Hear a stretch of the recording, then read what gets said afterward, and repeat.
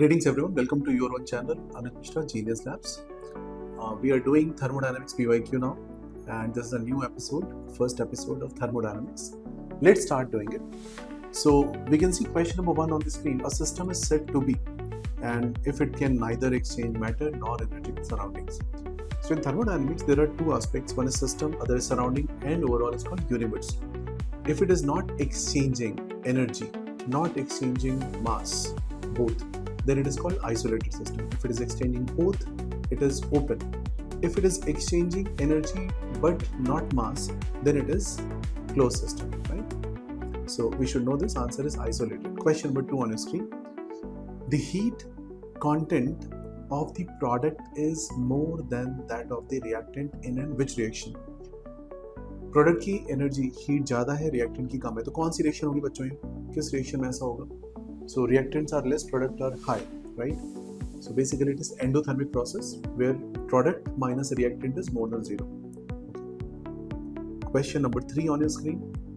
Enthalpy is an, and then there's a gap, intensive or extensive property, basically beautiful. Now, is it a mass dependent property? Delta G, delta H, delta S, delta U, delta E, these are all dependent properties. Hence it is a dependent properties. We say it is extensive or mass dependent property. Okay. What are independent properties? Like temperature is independent property, concentration is independent property, density is independent property. So you can refer other videos where we have detailed discussion about how we decide a quantity is intensive or extensive. Now see another question on the screen. First law of thermodynamics is not adequate in predicting the direction of process. Basically they are telling that first law cannot tell about the direction of the process. Is it valid statement? So this is a true-false question. Yes, it is a valid statement.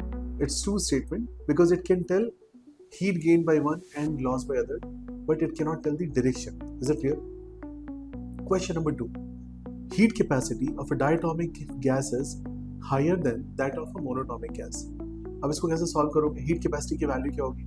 So you know Cp by Cv values and all. Cp by Cv का value कितना होता है? Monatomic के लिए 1.6 and diatomic के लिए around 1.4. So is it a correct or wrong statement? They are telling diatomic is higher as compared to monatomic. Now remember, the values of Cp and Cv will decide the net value of heat capacity, right? So in this case, this statement will come as false statement or wrong statement. I hope you understand the whole video.